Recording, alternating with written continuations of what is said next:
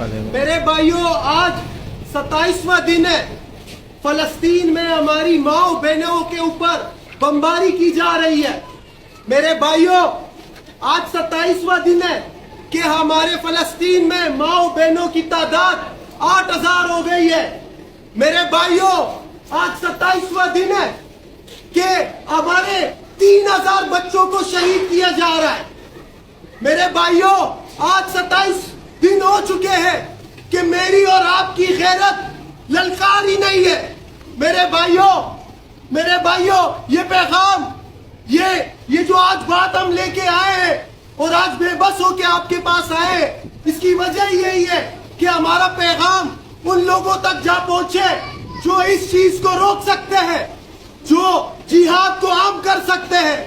میرے بھائیوں، کیا تم قرآن کی اس آیت کو نہیں سنتے کہ اللہ تعالیٰ سورہ نساء میں فرما رہے ہیں کہ کیا ہو گیا ہے تم لوگوں کو، کیا ہو گیا ہے تم لوگوں کو کہ تم ان بے بس ماؤں بہنوں بچوں کے لیے لڑتے نہیں ہو۔ وہ اللہ سے فریاد کرتے ہیں کہ کب تمہاری مدد آئے گی اللہ، کب تمہارے وہ لوگ کھڑے ہوں گے ہمارے پیچھے۔ میرے بھائیوں، کیا تم سورہ توبہ کی اس آیت کو نہیں سنتے کہ اللہ کہتا ہے کہ کیوں ڈرتے ہو ان سے؟ ڈرنا تو تمہیں ہم سے چاہیے، اللہ سے ڈرنا چاہیے۔ اور میرے بھائیوں، اللہ تعالیٰ فرماتے ہیں کہ تم 20 بندے ہو اور وہ 100 ہو جائے تب بھی تمہارا مقابلہ نہیں کر سکتا۔ میرے بھائیوں، آج یہ غدار حکمران مجھے اور آپ کو ڈراتے ہیں، مغربی طاقت کے بارے میں ہمیں بتاتے ہیں۔ خود قرآن کہتا ہے کہ یہ بزدل قوم ہے، تو ہم کیوں ڈرتے ہیں ایسے لوگوں کے؟ تکبیر! اللہ اکبر! تکبیر! اللہ اکبر! تکبیر! اللہ اکبر!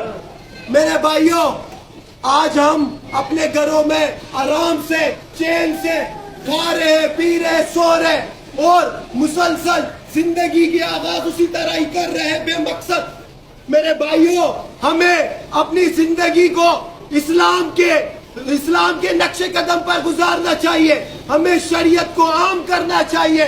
آج جو ہم بے بس ہیں اور آج جو ہم وہاں پر پانی کی بوتل بھی نہیں پہنچا پا رہے، اس کی وجہ یہی ہے کہ ہم نے اپنی زندگی کا مقصد صرف اپنی زندگی بنا لی ہے۔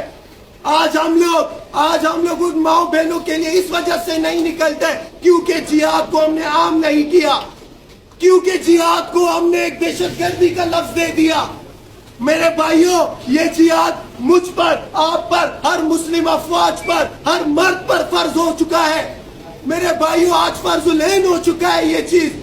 میرے بھائیوں، یہ طاقت آپ اور میں تو نہیں رکھ سکتے کہ ہم جائے فلسطین کو آزاد کریں، لیکن میرے بھائیوں، یہ طاقت ہماری افواج رکھ رہی ہے، کیونکہ ہماری افواج کے پاس وہ ٹیکنالوجی ہے، وہ اسلحہ ہے، وہ بم ہے، وہ ٹینک ہے جو ان فلسطین کو چند منٹوں میں صفائے ہستی سے مٹا سکتے ہیں۔